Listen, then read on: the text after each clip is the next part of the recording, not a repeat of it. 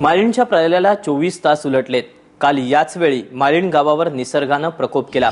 ज्या डोंगरानं आजवर जगण्यासाठी आधार दिला, ज्या डोंगरानं अन्न दिलं, ज्या डोंगरानं सावली दिली, तोच पुराण पुरुष कोसळला आणि क्षणार्धात होत्याचं नव्हतं झालं। 70 घरांचं टुमदार माळीण चिखलाखाली रुतलं। त्यातल्या 46 घरांमधली 183 माणसं गेली। पण काल दिवसभरातल्या बचाव अभियानातून 8 जणांना या जीवघेण्या ढिगाऱ्यातून बाहेर काढण्यात यश आलंय। या 8 जणांचा नशीब बलवत्तर होतं, पण तसं नशीब प्रत्येकाचं नव्हतं। 20 जणांना आतापर्यंत या प्रलयात जीव गमवावा लागलाय। शिवाय अजूनही 155 जण या कित्येक फूट चिखलाच्या ढिगाऱ्याखाली अडकलेत।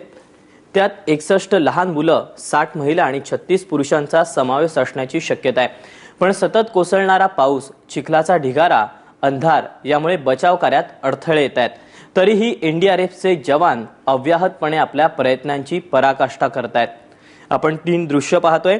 24 तासापूर्वी माळीणवर जेव्हा काळानं घाला घातला त्यावेळेला माळीण पूर्णपणे उद्ध्वस्त झालं। त्यानंतर मध्यरात्रीपर्यंत एनडीआरएफचे जे जवान होते ते बचाव कार्य अव्याहतपणे त्यांनी चालू ठेवलं होतं।